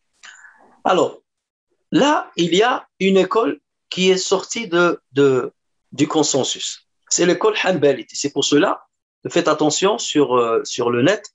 Il vous arrivera souvent, ou vous êtes arrivé de voir certains fatwas où on va vous dire, si vous êtes en voyage pendant Ramadan, un voyage qui respecte les conditions pour avoir la dérogation, on va les citer, il vaut mieux rompre le jeûne. Il vaut mieux rompre le jeûne. Exactement comme lorsque vous êtes dans le même voyage, il vaut mieux raccourcir les prières, voire même pour certains madahib, rassembler entre Dhuhr et l'Asr d'un côté et rassembler entre le Maghrib et l'Isha de l'autre. Pour les Malikites, il n'y a pas d'assemblage entre ces prières-là. Il y a taqsir, on peut raccourcir les prières de 4 à 2, mais chaque prière, on l'accomplit à son heure, dans son intervalle, sauf dans des cas particuliers. Peut-être qu'une autre fois, on abordera ce sujet-là lorsqu'on parlera de la prière. Alors, donc, les Hanbalites, eux, ils considèrent que la rupture pendant le voyage, la rupture du jeûne pendant le voyage est meilleure que le fait de jeûner. Quels sont leurs arguments? D'abord, ils se basent sur le verset où Allah Azza wa Jal dit, donc le verset 185 de Surat Al-Baqarah, lorsqu'il parle justement de voyage. Allah Azza wa Jal dit, Yuridu Allahu bikumul yusra wa la yuridu bikumul usra. Allah veut pour vous la facilité, il ne veut pas la difficulté pour vous. Et il l'a dit juste après, lorsqu'il a dit فَمَنْ كَانَ مِنْكُمْ مَرِيضًا أَوْ عَلَى سَفَرٍ فَعِدَّةٌ مِنْ أَيَّامٍ أُخَرَ يُرِيدُ اللَّهُ بِكُمُ الْيُسْرَ وَلَا يُرِيدُ بِكُمُ الْعُسْرَ. Donc ils ont dit, ben voilà, Allah Azza wa Jal veut pour nous ce qui est facile et il ne veut pas pour nous ce qui est difficile. Donc pour les Hanbalites, ce qui est facile, c'est quoi? C'est de rompre le jeûne. Pendant le voyage, de rompre le jeûne, c'est ça ce qui est facile. Et donc, puisque Dieu veut pour nous le facile, donc autant prendre cette dérogation et pas jeûner. Merci de couper votre micro parce que vous parasitez un petit peu le son, s'il vous plaît. Alors, donc ça, c'est leur premier argument. Ils se basent également sur plusieurs hadiths, quelques hadiths d'ailleurs, où le prophète est authentique, où le prophète sallallahu alayhi wa sallam, on a voulu à des jeûneurs pendant le voyage.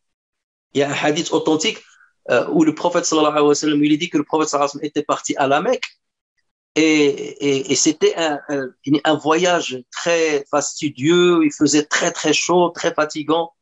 Et donc, pendant le voyage, il y avait des gens qui pratiquement tombaient de fatigue. Et donc, certains se sont plaints auprès du prophète sallallahu alayhi wa sallam. Ils lui ont dit, ben, il y a beaucoup qui jeûnent et qui commencent à tomber, à fatiguer, ils peuvent plus continuer leur jeûne. Et là, le prophète sallallahu alayhi wa sallam, il a pris l'eau, il l'a montré devant tout le monde et il a bu devant tout le monde. Il a rompu son jeûne. Parce que le prophète sallallahu alayhi wa sallam leur a dit, au départ, il leur a dit, mais pourquoi n'interrompt-il pas le jeûne? Et ils lui ont dit, ben, ils prennent l'exemple sur toi. Comme toi, tu jeûnes. Donc, eux, ils ont voulu aussi jeûner. Et c'est là où le prophète sallallahu alayhi wa sallam a rompu le jeûne devant tout le monde. Pour un petit peu qu'ils prennent exemple, sur lui. D'accord? Alors, lorsque le prophète sallallahu alayhi wa sallam a fait ça, il y a certains qui l'ont suivi, donc ils ont rompu le jeûne, mais il y en a d'autres qui ont continué de jeûner malgré tout. Et certains compagnons sont venus le dire au prophète sallallahu alayhi wa sallam. Ils ont dit, ben, malgré tout ce que tu as fait, il y a certains qui persistent et qui continuent de jeûner. Et là, le prophète sallallahu alayhi wa sallam a dit, Humul usat, ulaika al-usat, ulaika al-usat. Ceux-là sont les désobéissants, ceux-là sont les désobéissants. Ulaika al-usat, ulaika al-usat. Donc, les Hanbalites, qu'est-ce qu'ils comprennent ce hadith? Ils comprennent que le prophète sallallahu alayhi wa sallam, on a voulu à ces gens-là qui n'ont pas voulu rompre le jeûne. D'accord? Donc, c'est pour cela, ils en ont conclu que le fait de rompre le jeûne, c'est mieux que de jeûner, puisque le prophète sallallahu alayhi wa sallam, on a voulu à ceux qui ont continué de jeûner. Il se base aussi sur un hadith rapporté par Al-Bukhari et Muslim sur Jabir ibn Abdillah, radiyallahu anhu, qui a dit, كان رسول الله صلى الله عليه وسلم في سفر فرأى زحاما ورجلا قد ظلل عليه فقال ما هذا؟ قالوا صائم. فقال ليس من البر الصوم في السفر. ليس من البر الصوم في السفر. Et dans la version de Muslim, il a dit عليكم برخصة الله الذي رخص لكم. Donc Jabir ibn Abdillah, il dit pendant que le prophète sallallahu alayhi wa sallam était en voyage, il vit un homme que les gens avaient installé à l'ombre. Donc, il l'avait installé à l'ombre, ils l'ont entouré pour lui mettre de l'ombre, pour que le soleil, quelque part, ne frappe pas de plein fouet sa tête. Donc, il l'avait mis à l'ombre. Et le prophète sallallahu alayhi wa sallam, il leur a dit, qu'a-t-il? Donc, il a vu qu'il y avait un attroupement autour de lui. Qu'a-t-il cet homme? Ils répondirent, il jeûne.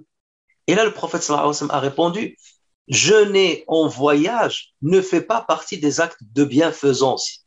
Laysa min al-birri as-siyamu fi as-safar. Jeûner en voyage ne fait pas partie des actes de bienfaisance. Et ça, c'est selon la version de Bukhari. Selon la version de Muslim, il a dit, profitez de la dérogation qu'Allah vous a accordée. Profitez de la dérogation qu'Allah vous a accordée.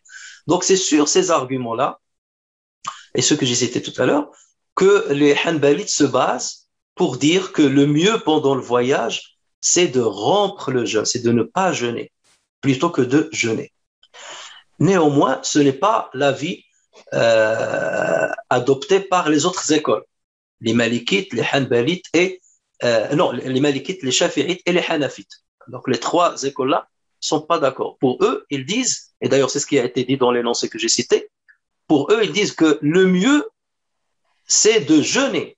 Le mieux, c'est de jeûner. Quels sont leurs arguments? Donc vous voyez là, alors que les arguments des Hanbalites paraissent très clairs, très explicites, convaincants. Mais là, vous allez voir l'argumentation des trois écoles, de la majorité. D'abord, ils disent, Allah Azza wa Jal dit, dans le verset 184, qui parle justement du jeûne et du voyage, tout ça. À la fin, il dit, وَأَن تَصُومُوا خَيْرٌ لَكُمْ إِن كُنتُمْ تَعْلَمُونَ. Il est meilleur pour vous de jeûner si vous saviez. أَن تَصُومُوا خَيْرٌ لَكُمْ إِن كُنتُمْ عَلَى الَّذِينَ يُطِيقُونَهُ فِدْيَةٌ طَعَامُ مِسْكِينٍ. Et à la fin, il dit, donc ceux qui trouvent des difficultés à jeûner, donc ils peuvent donner une fidya, mais à la fin, il dit, mais il est meilleur pour vous de jeûner si vous saviez. Donc ça, c'est le premier argument. Les autres, ils disent, oui, mais ça, c'est plutôt pour celui qui trouve une difficulté. Donc, ça n'a rien à voir avec le voyage. Donc ça peut, cet argument-là, on peut à la limite le contredire. Voilà. Ils disent aussi que, s'agissant du verset qui a été évoqué par les Hanbalites, yuridullahu bikumul yusra wa la yuridu bikumul usra. Dieu veut pour vous la facilité, il veut pas pour vous la difficulté. Les Malikites, les Shafi'ites et les Hanafites, ils disent, mais l'yusr, c'est pas forcément de manger, c'est pas ce que veut dire le verset.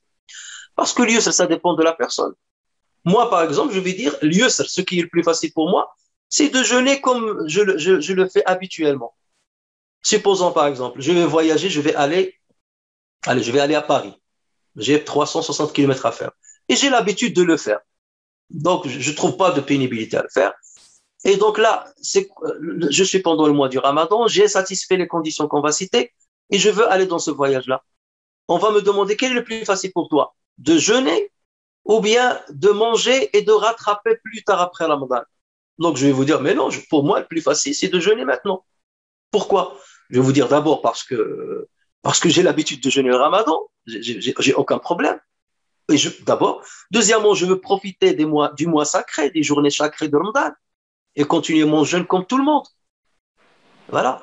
Et parce qu'à l'extérieur de Ramadan, j'aurais pas la bonne récompense de Ramadan. Donc, rattraper un autre jour.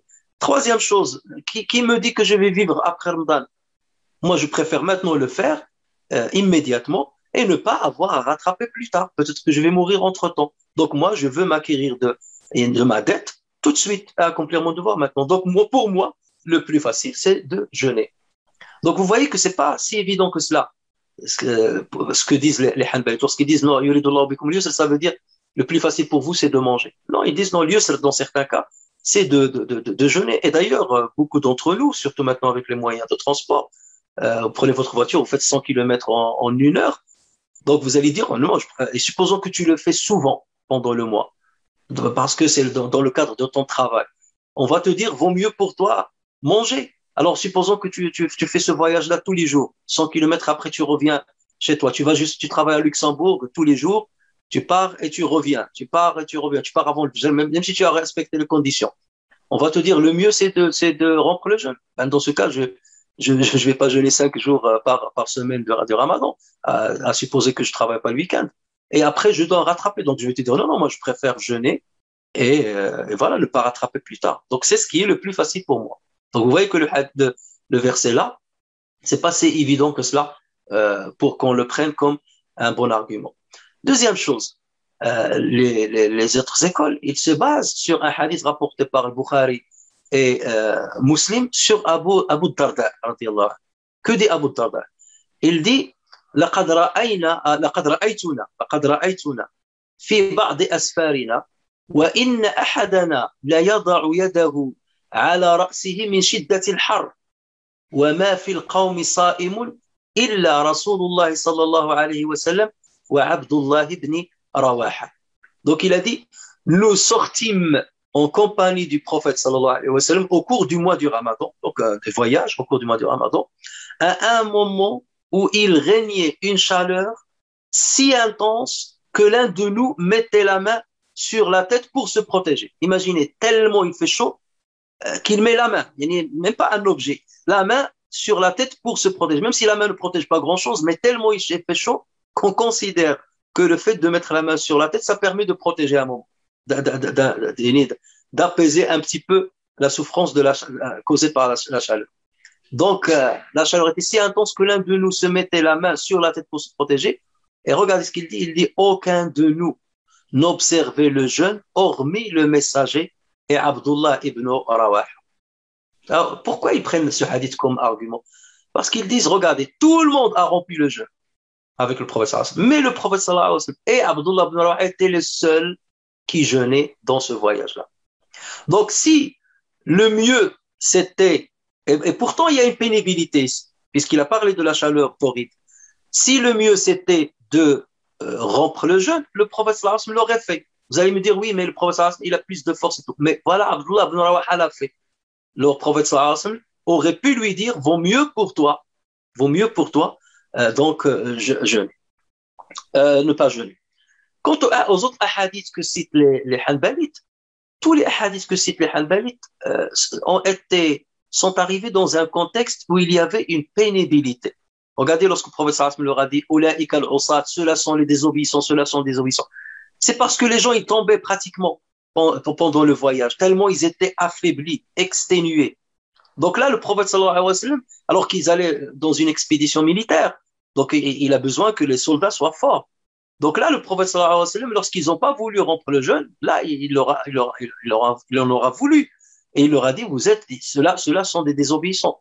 Donc là, c'est un cas particulier, le cas de la pénibilité.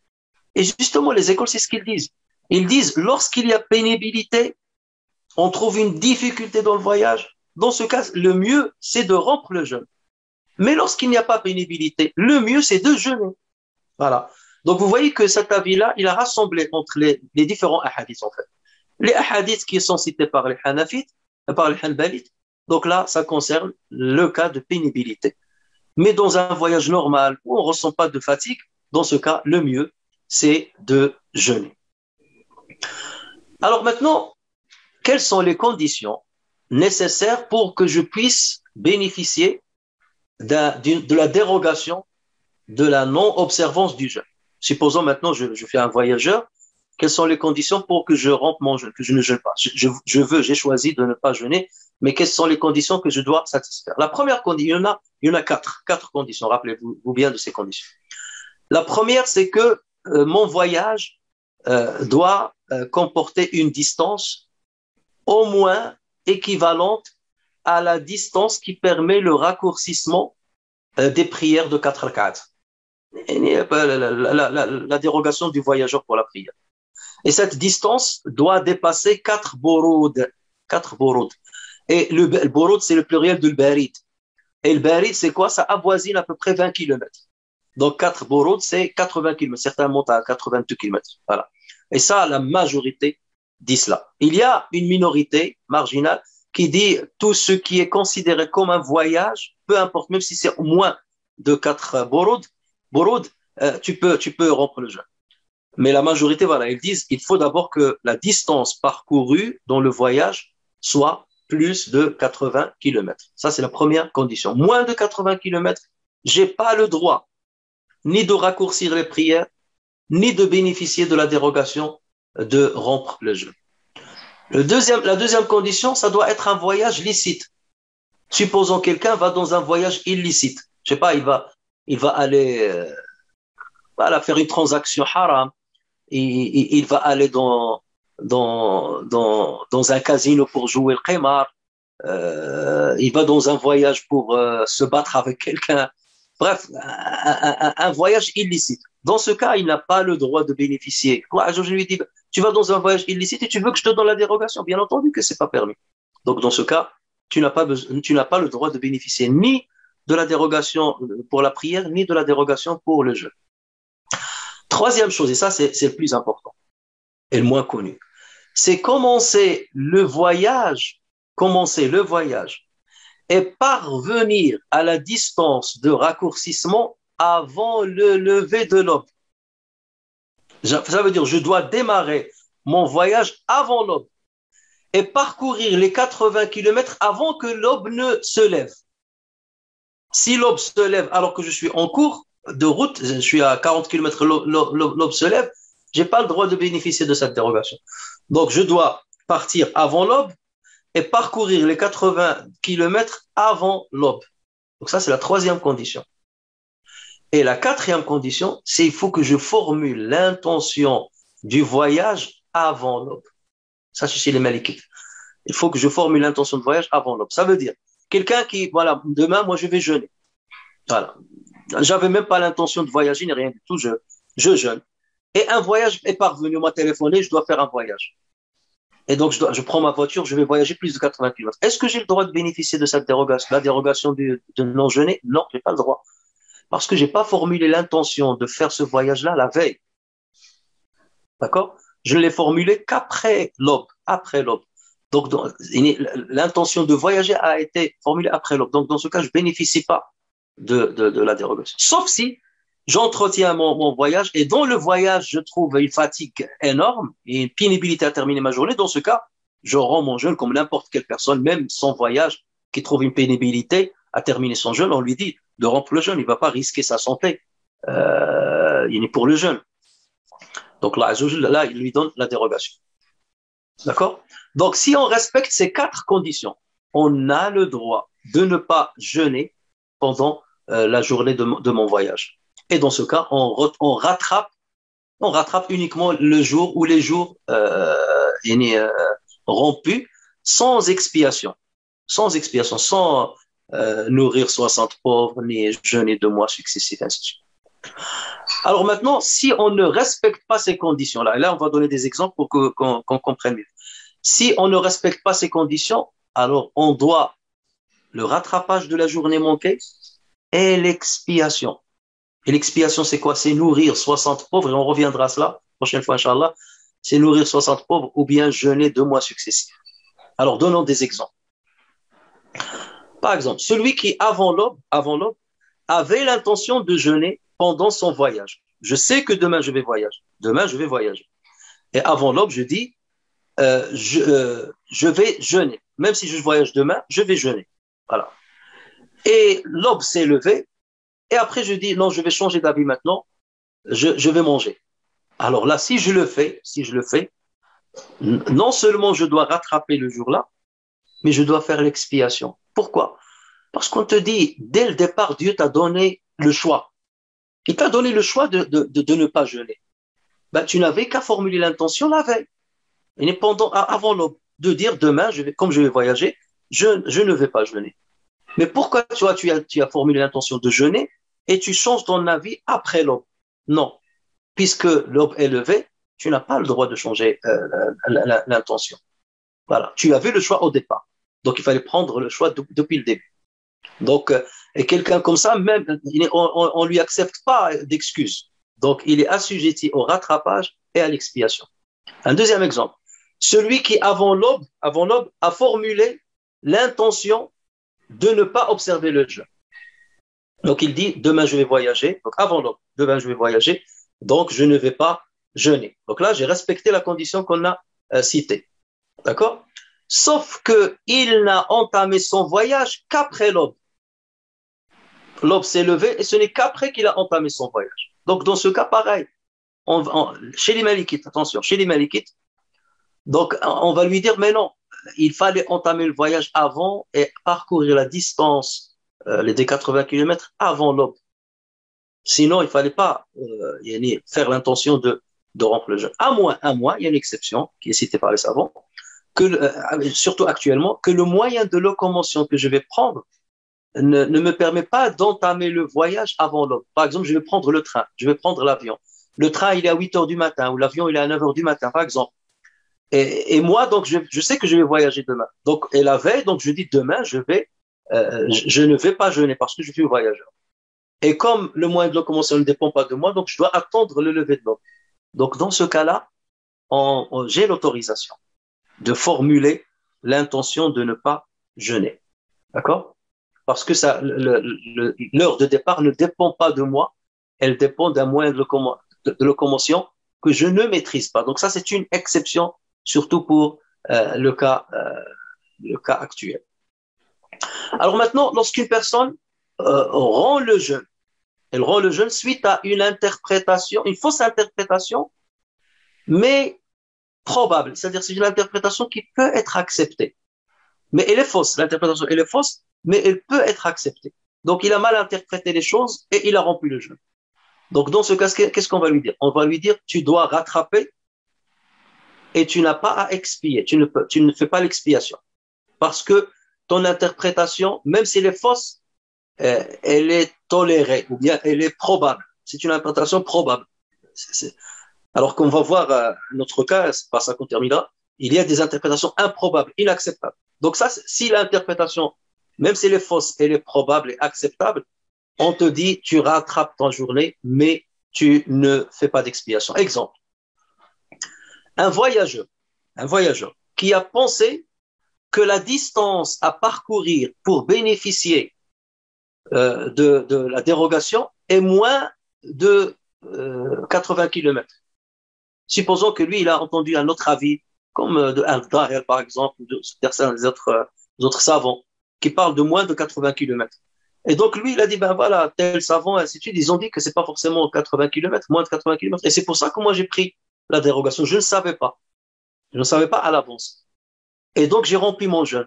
Est-ce que je dois l'expiation? Non, on va lui dire seulement tu rattrapes, tu ne fais pas l'expiation parce que ton interprétation, même s'il est fausse, mais elle est acceptable parce qu'il y a un avis qui va dans ce sens-là.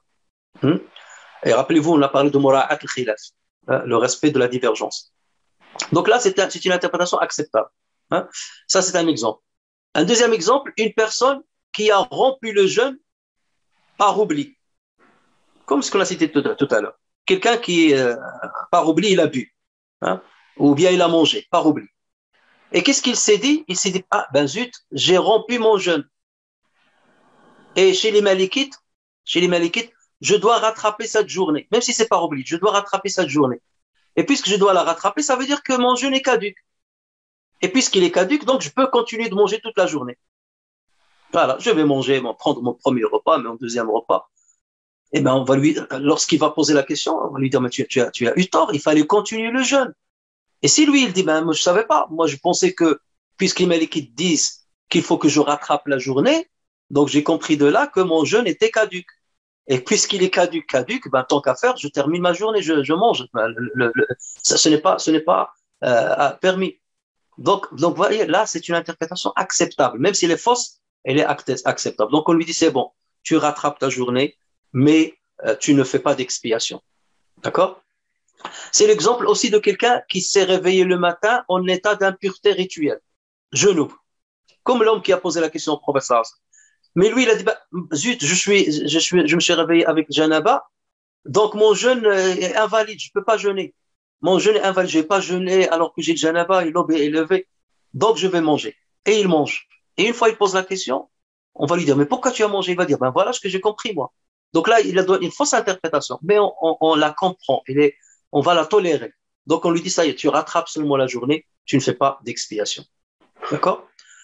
Alors, ces exemples-là sont à distinguer d'autres exemples où la personne rend le jeûne, elle stoppe le jeûne, il ne jeûne pas, suite à une fausse interprétation, mais improbable et inacceptable. Alors, dans ce cas, qu'est-ce qu'on va dire à cette personne? Tu dois rattraper le jour manqué et tu dois une expiation, kafara.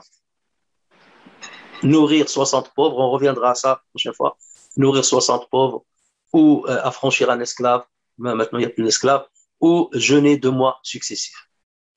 Quels sont quelques exemples où l'interprétation est improbable, il n'est pas acceptable.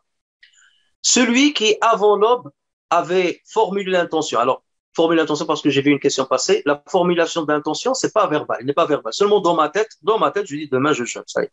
Et on a déjà dit que pour le mois du Ramadan, il suffit de la dire la veille du premier jour du Ramadan. Je jeûne tout le mois. Et c'est bon, donc je dis je jeûne tout le mois, c'est bon, j'ai pas besoin de la renouveler chaque soirée pour les Malikites. Donc quelqu'un avant l'aube avait l'intention de jeûner pendant son voyage. Il dit demain je vais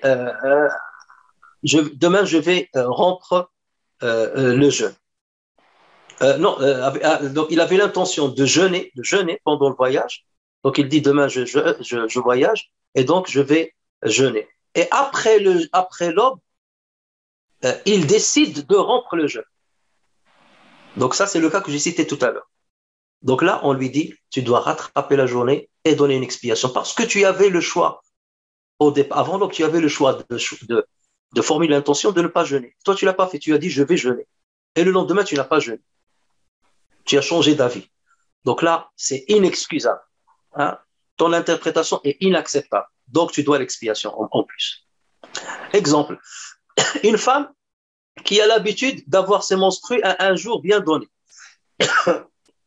Et donc, pendant le mois de Ramadan, elle était pure. Pure, par exemple, aujourd'hui, elle est pure. Et vu l'habitude qu'elle a, elle dit, demain, je vais avoir mes menstrues. Donc, de toute façon, demain, je ne vais pas jeûner. Alors que les menstrues ne sont pas encore arrivées. Elle est aujourd'hui, par exemple, elle est la nuit. La nuit, elle dit, ben, demain, sûrement, comme d'habitude, je vais avoir mes menstrues, donc demain, je ne vais pas jeûner. Et le lendemain, elle n'a pas jeûné. Est-ce qu'on va lui dire de rattraper ce jour seulement? Non, on va lui dire, tu rattrapes le jour et tu as une expiation à faire en plus.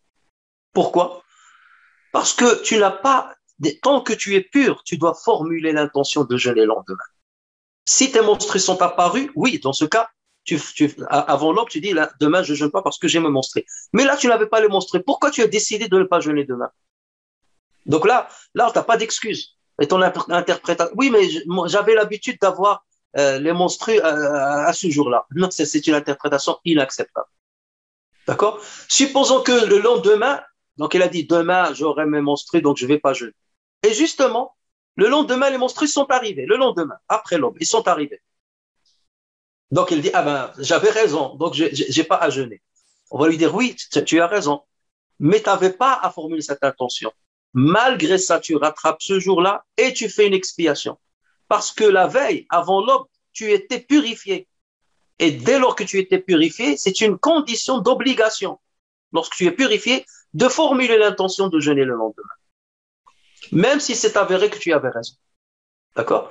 Donc vous voyez ces petites nuances-là, il faut en être conscient pour ne pas jouer avec ces affaires-là. Et voilà pourquoi il faut toujours poser les questions. Il ne faut pas attendre.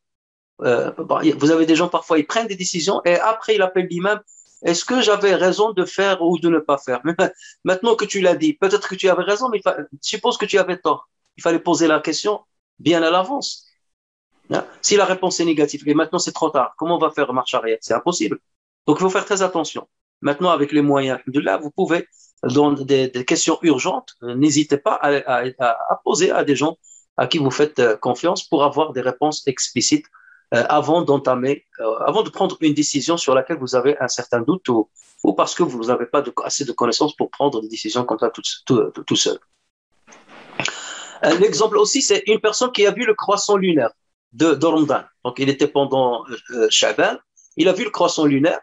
Donc, il est allé voir le juge ou le gouverneur ou le responsable. Il lui a dit, ben, j'ai vu le croissant lunaire. Mais le responsable lui a dit, oui, parce qu'il est malikite, il lui a dit, oui, puisque tu es qu'une seule personne, il n'y a aucun autre témoin, donc demain, nous, on va pas jeûner. Voilà. Et donc, lui, ou bien, tu n'es pas fiable. Voilà, tu n'es pas fiable, donc on ne prendra pas en compte ton témoignage. Et lui, il a dit, ben, puisque demain, tout le monde ne va pas jeûner, ben, moi non plus, je ne vais pas jeûner. Là, on va lui dire, non, tu as commis une erreur, parce que toi, tu as vu la lune. Donc, tu dois jeûner, même si les autres ne jeûnent pas, même si ton témoignage n'a pas été pris en compte. Parce qu'Allah Azza wa Jalla dit, فَمَنْ شَهِدَ مِنْكُمُ الشَّهْرَ فَلْيَصُمْ, celui qui est présent pendant le mois, qu'il jeûne. Et le prophète m'a dit, صُومُوا لِرُؤْيَتِهِ, jeûnez lorsque vous le voyez. Donc, toi, tu l'as vu, les autres n'ont pas pris en compte ton témoignage, tu dois le jeûner. Voilà. Donc là, on lui dit, attends, mais oui, mais tout le monde n'a pas jeûné. Non, on lui dit ça, c'est une interprétation irrécevable, inacceptable. Tu dois rattraper le jour-là et tu dois une expiation, nourrir 60 pauvres ou bien jeûner 2 mois successifs. Un autre exemple, quelqu'un qui a calomnié quelqu'un pendant la journée du Ramadan. Il a calomnié quelqu'un. Ou bien il a menti alors qu'il jeûne. Et après, il a entendu le hadith du prophète sallallahu alayhi wa sallam dans lequel il dit من لم يدع قول الزور والعمل به فليس لله حاجة في أن يدع طعامه وشرابه. Quelqu'un qui n'a pas délaissé la parole de mensonge ou l'acte de mensonge, Allah Azza wa Jalla n'a pas besoin qu'il s'abstienne de manger, qu'il s'abstienne de boire. Et lui, il a dit, ben mais zut, j'ai fait une calomnie ou j'ai dit un mensonge. Donc, ça veut dire que mon jeûne est invalide. Ben, tant qu'à faire, je vais manger. Ah ben, ça, c'est une interprétation fausse et inacceptable. Donc, il n'a pas d'excuse. Il doit rattraper ce jour-là et il doit une expiation. D'accord? Donc, regardez ces détails-là. La question dit le voyageur, il faut faire très attention parce que les malikités se distinguent sur certaines conditions par rapport aux autres écoles. Donc, faites attention lorsqu'on parle de la dérogation de ne pas jeûner pendant le voyage.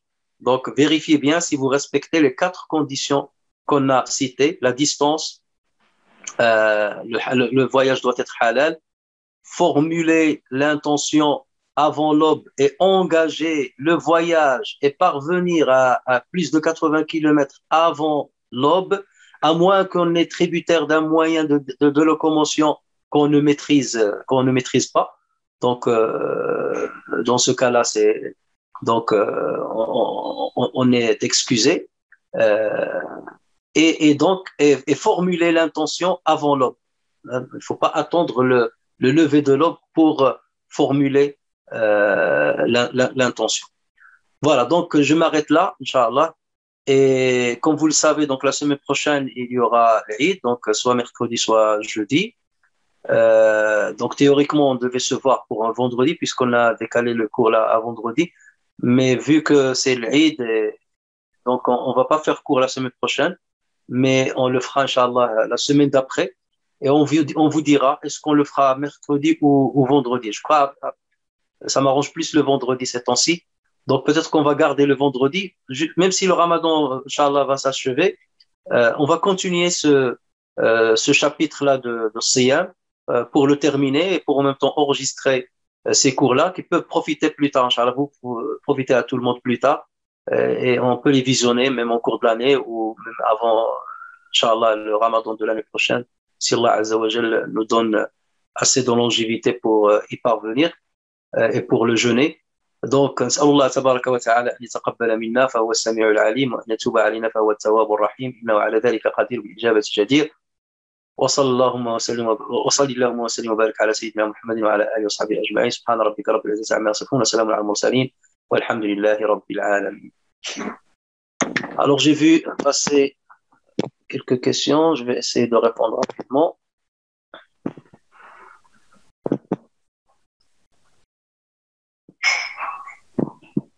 Alors, si vous avez des questions, n'hésitez pas à les écrire, comme ça on va essayer de...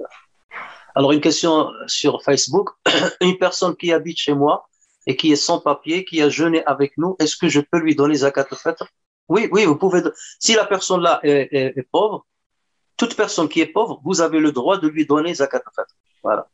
Vous ne la donnez pas à ceux qui dépendent obligatoirement de vous, dont la subsistance dépend obligatoirement de vous. Ça veut dire, vous n'avez pas le droit de la donner à vos enfants parce que vous êtes obligé de dépenser pour vos enfants, vos petits-enfants par exemple, les enfants qui ne sont pas majeurs, qui n'ont pas de travail, donc qui ne sont pas indépendants. Donc vous avez le devoir, vous n'avez pas le droit de leur donner puisque vous la sortez sur eux. Vous sortez la zakat sur, par exemple, un homme sort la zakat pour sa femme. Donc il peut pas la lui donner. D'accord? Donc ceux qui sont dépendants de vous, donc celui-là, même s'il habite chez vous, et il ne dépend pas obligatoirement de vous, même si vous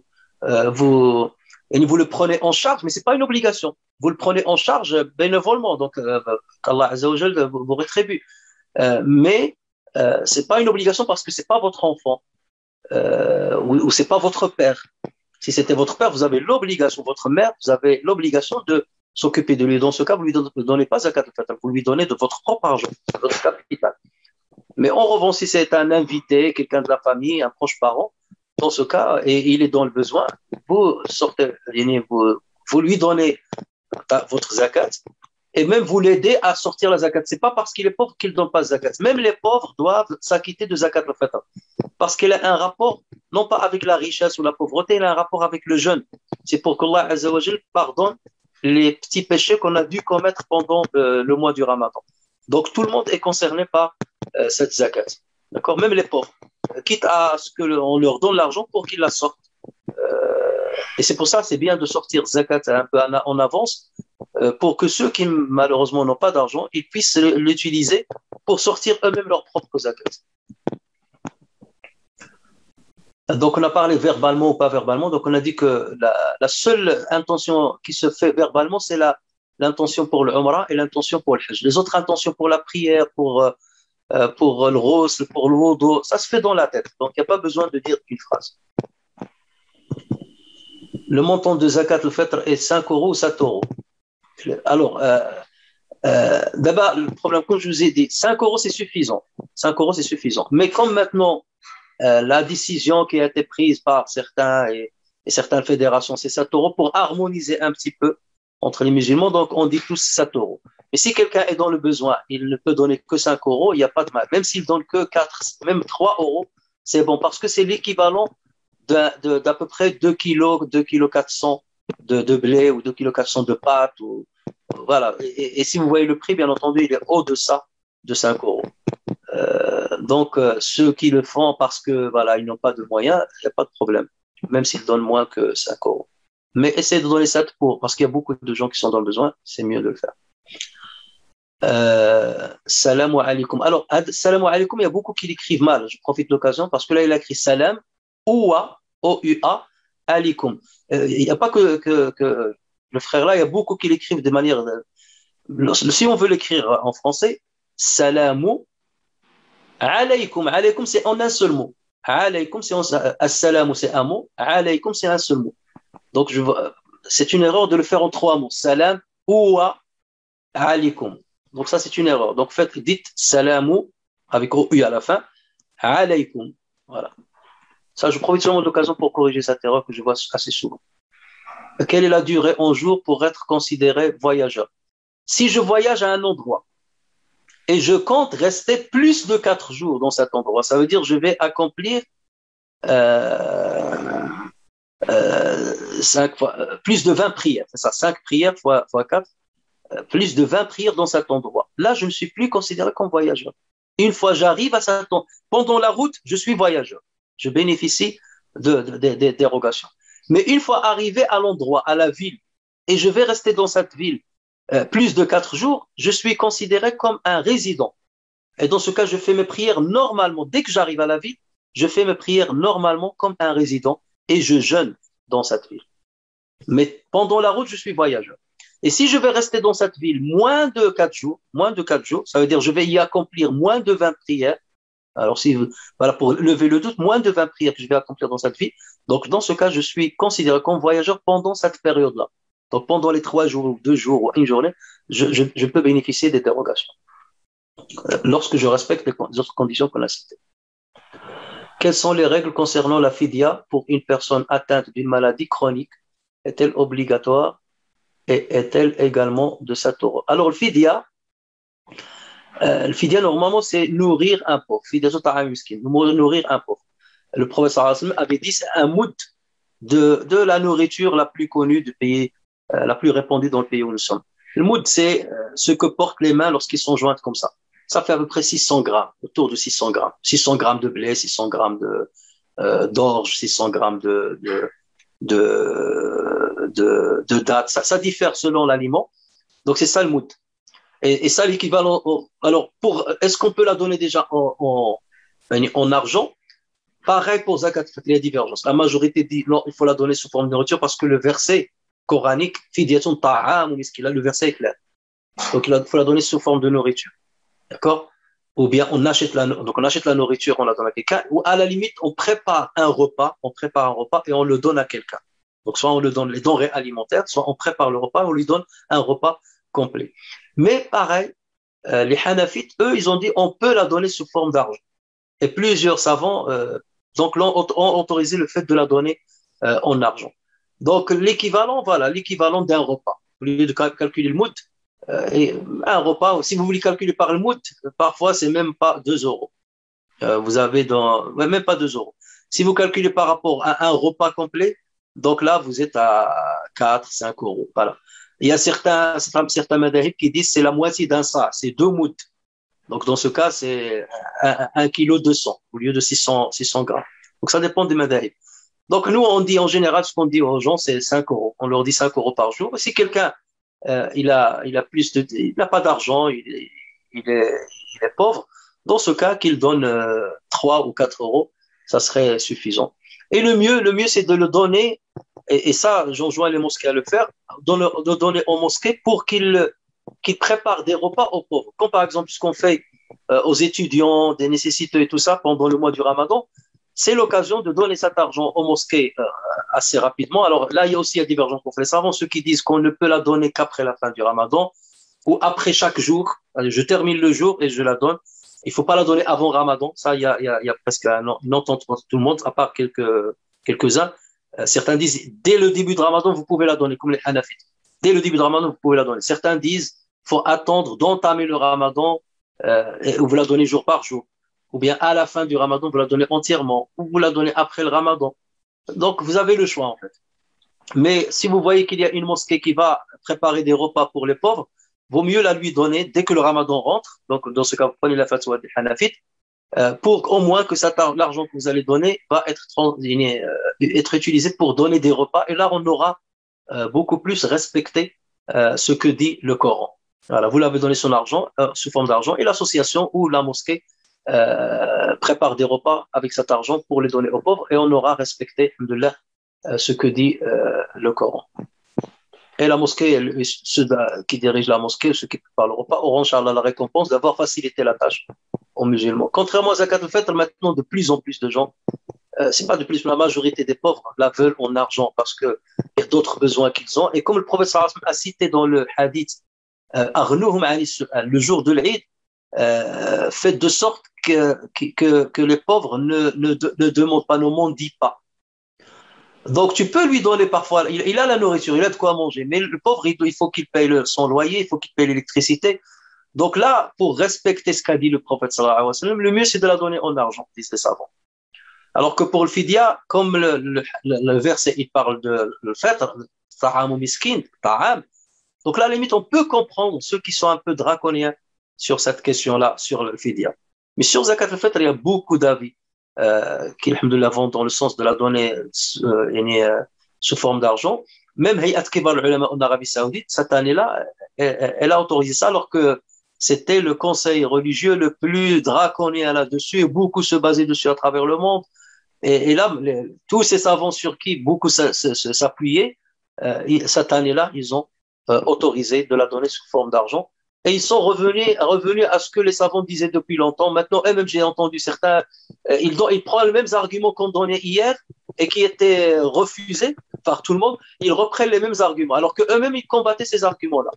Et ils ont dit, oui, Omar ibn Abdelaziz l'a fait, Abu Hanifa l'a fait, le Bukhari l'a donné une fatwa là-dessus, Ibn Taymiyyah, il a dit, si c'est mieux pour les pauvres, on peut la faire. Donc, ils reprennent exactement les mêmes arguments, alors qu'hier, ils critiquaient ceux qui avançaient ces arguments. Et parfois, les frères ou les sœurs qui n'ont pas de recul et ne connaissent pas le faire bien comme il le faut, ils considèrent que ceux qui ont pris la dérogation sont des moins que rien, des mubtadi'a, ils les insultaient. Et voilà maintenant, est-ce qu'ils oseront aujourd'hui insulter les savants sur qui ils se basaient hier? Là, ils leur doivent. Ils te disent non, je ne peux pas l'insulter. Mais les autres savants, je les ai insultés hier. Pour les mêmes raisons pour lesquelles je n'ai pas insulté mon savant aujourd'hui. Donc vous voyez qu'il ne faut pas être précipité, parce qu'on n'est pas dans un match de foot et disent moi je soutiens telle équipe plutôt que l'autre et moi je suis gagnant en coûte que coûte. Il y a des jours où parfois tu peux perdre, et dans ce cas il faut que tu reconnaisses la force de l'autre, que tu reconnaisses que l'autre avait raison. Ou dans ce cas, celui que tu soutenais, tu lui dis franchement tu as tort, mais à condition que tu sois un vrai savant, que tu sois à la hauteur de contredire même le savant sur qui tu te basais. Et là, si tu le fais, c'est que pendant des années tu t'es basé sur lui et maintenant tu es en train de l'attaquer, c'est que tu te contredis. Voilà, c'est pas logique. Voilà pourquoi il faut beaucoup de modestie lorsqu'il s'agit de le faire. Alors, il regardez avec ce qu'on est en train de citer. À chaque fois, on donne les arguments des uns et des autres, et parfois on est convaincu par les uns et par les autres. Donc vous voyez que c'est pas une tâche facile de dire oui, il y a un hadith, donc c'est bon. Les savants sont, alhamdoulilah, c'est pas que le hadith qui va vous donner l'avis juridique. On a déjà parlé de ce sujet plusieurs fois. Lorsque la femme récupère 10 jours de menstrues, aura-t-elle la même récompense que si elle avait jeûné pendant le mois du Ramadan? Inch'Allah, oui, parce que là, elle avait une excuse. Puisqu'elle avait une excuse valable, donc Allah Azza wa Jalla lui donnera la récompense. C'est comme la femme, lorsque l'islam lui dit tu n'as pas l'obligation d'aller, par exemple, al-Jumu'ah, prier le Jumu'ah, tu peux prier chez toi, elle aura la récompense de l'homme qui va al-Jumu'ah. Et même lorsqu'elle prie chez elle, elle aura la récompense de celui qui prie en groupe à la mosquée. D'accord? Parce que là, c'est la religion qui lui a dit de ne pas jeûner. Donc, dans ce cas, elle aura, Inch'Allah, la même récompense. Doit-elle conserver le même rituel, tarawih, dua, lorsqu'elle rattrape ces jours-là? Non. Dua, de toute façon, dua, c'est toute l'année. Tarawih, sont liés au mois du Ramadan. Donc, lorsqu'il y a rattrapage, il n'y a pas à faire tarawih. Vous aviez, lorsque vous avez vos menstrues, vous n'êtes pas concerné par tarawih. Donc, vous faites des ad'iyah. Ad'iyah, même lorsqu'on a les menstrues, on peut faire autant de dua qu'on veut, faire un adhkar. Donc, c'est pas parce que je ne fais pas tarawih, donc dans ce cas, ça y est, je vais aller regarder les films et préparer les repas à longueur de soirée. Non, faites autre chose. Faites autre chose. Écoutez le Coran, vous avez le droit. Écoutez le Coran, mettez une cassette et écoutez le Coran, même si vous ne pouvez pas le lire, par exemple. Alors qu'on dit que la femme peut le lire, par exemple, si c'est sur un autre support que le mushaf, sur un téléphone ou quelque chose comme ça. Et on a parlé déjà de ça. Et il y a un enregistrement. Si vous pouvez revenir à la chaîne YouTube, ma chaîne YouTube, et vous verrez, il y a un enregistrement là-dessus. Concernant, c'est la dernière question, Inch'Allah, on va s'arrêter. Concernant la rupture involontaire du jeûne obligatoire chez les Malikites, l'argument pour rattraper est le respect de la sacralité du mois du Ramadan. Mais pour le jeûne surrogatoire rompu volontairement, il recommande aussi de rattraper pour ce jour. Oui, parce que là, c'est rompu volontairement, alors que l'autre, il est rompu par oubli.